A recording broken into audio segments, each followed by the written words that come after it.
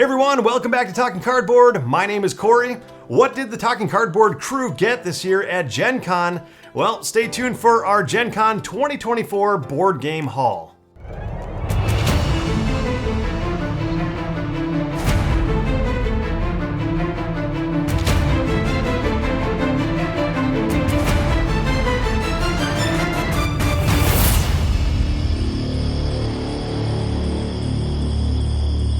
That's right, thanks for tuning in to our Gen Con 2024 board game haul video. What titles did we pick up this year at Gen Con? Well, first and foremost, I wanted to let the cat out of the bag and let you all know that most of us did not get an opportunity to even go to Gen Con this year, but Jerch from the Talking Cardboard crew did get a chance to go. He does work for Stoneblade Entertainment and was running a bunch of games this year for Stoneblade at the convention, so he was nice enough to take some time out of his days there to stand in line and get these 5 games for us to bring back to the Talking Cardboard studio for us to cover.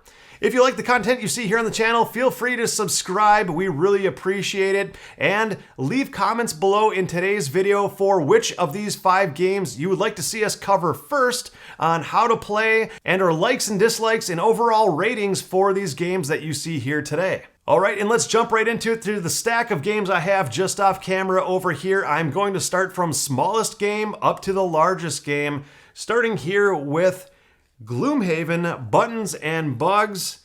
It is a solo-only version of Gloomhaven. I have played Gloomhaven, Jaws of the Lion, have not really played too much of the large box Gloomhaven, but the reason why Buttons and Bugs appealed to me so much is, yes, it is a solo game only, which is kind of a little bit difficult to get to the table, but I thought it comes in such a nice little package that I think I can just pretty much take this with me anywhere I go. If I'm traveling for work or any other place I go, I can easily enough bring this with me, and I'm excited about the theme behind it too. It's a very small miniature game brought down to size here, and the levels are just on single cards. There's a promo card here on the back, it looks like, and just a very small footprint with the Gloomhaven theme on it, and it looks like a lot of fun. I haven't heard a lot about this game yet. That's going to be true to a lot of the games here in our stack of games here today. Have not heard too much about it, but it looks like a fun, nice little neat package and one that I definitely want to give a try here soon.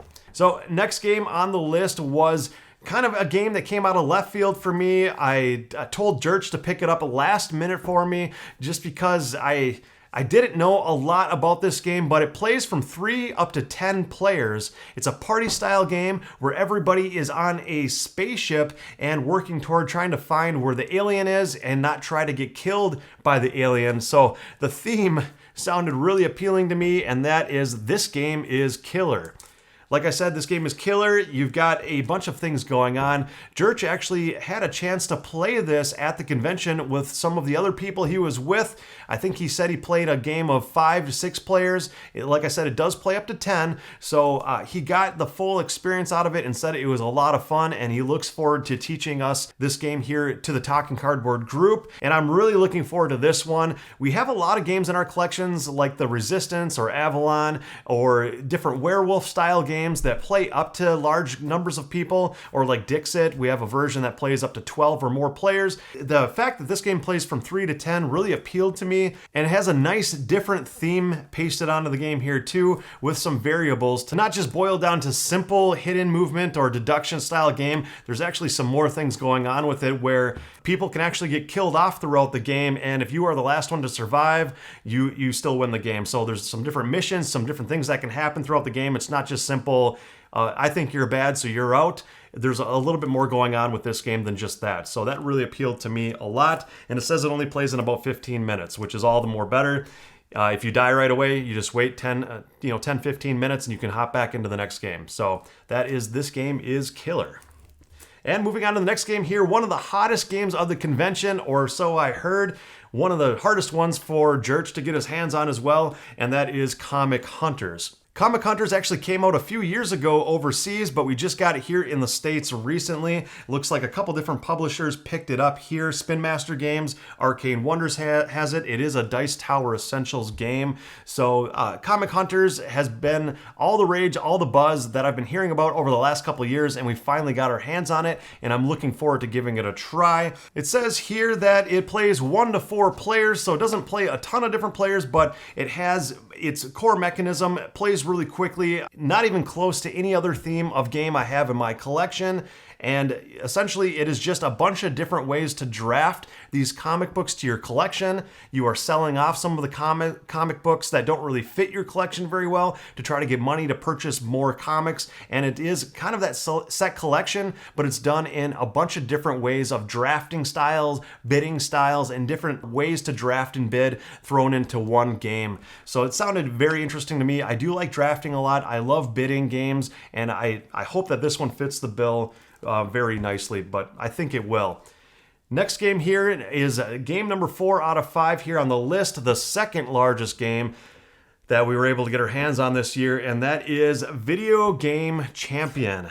And this game is actually the game I probably know the least amount about out of all the games here that I am bringing to the table today to show. From what I know, it is set collection, kind of like Comic Hunters, but it's, I think, done in a little bit different way. You're not just simply drafting the different video games. I believe there are some other things going on, but what really appealed to me essentially is the theme in this game. Video Game Champion, it takes place in the 1990s.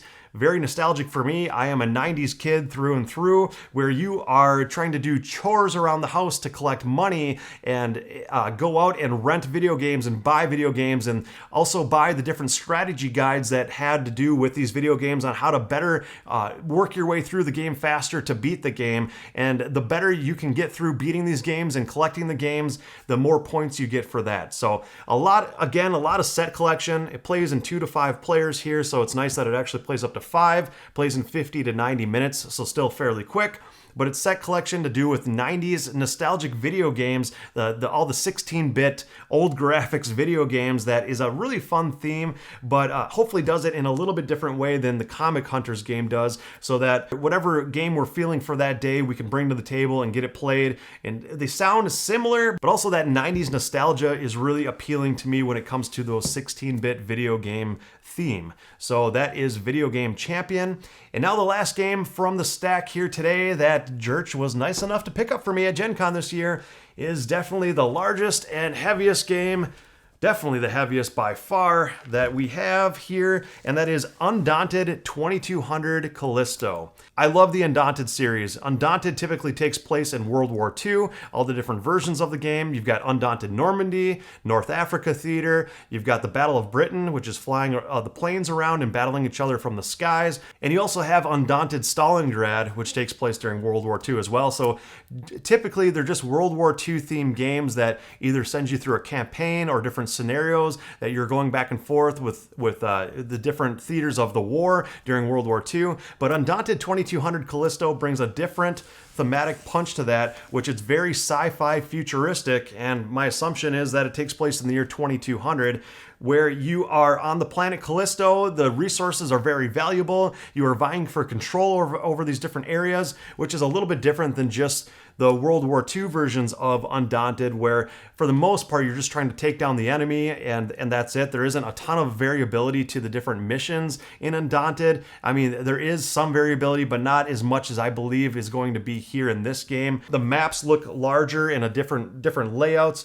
Like I said, the theme is very futuristic and very sci-fi, which looks really cool. Looks like there's different mech suits and different types of weapons. And like I said, I think it's just going to throw enough of a curveball into the Undaunted system for me, where you're not just simply trying to take down your opponent's units, but you're also trying to vie for control or gather these high value resources to try to win the game as well. So hopefully there's some different win conditions that'll keep it variable and keep it nice and fun and new every time we play the game. It plays one player, which is nice as well. I can sit down and try this game solo. Also, like in all the other Undaunted games, it plays 2-player, and then it also has the 4-player variant version of this game where you can play 2 versus 2. So it plays 1 to 4 every player count except for 3 players. So it has a little bit of variability in the player count as well. We can definitely bring this to the table with a group of 4, which a lot of the other, unless you got the reinforcements pack, which I have, a lot of the other versions of Undaunted, you could not play 2 versus 2. So that's nice that they just baked this into the base game here for 2200 Callisto. So that is by far, it's got a lot of heft to it, by far our heaviest game that I had Jerch pick up at Gen Con 2024 this year. And that's our collection of 5. These were the top 5 on my list out of the research that I had done. And I am very excited to get each and every one of these games to the table and try them out and bring some content for you here on our YouTube channel for you to check these games out as well. And hopefully save you some money if some of these turn out to be bad games, but also if they're good games, then you can go out and seek them out and try them for yourself as well.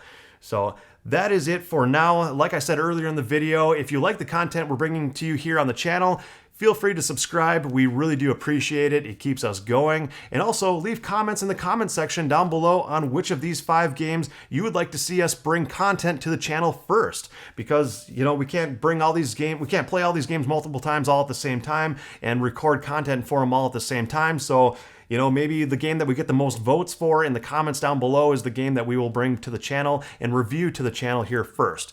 So until next time, enjoy your day and have fun gaming.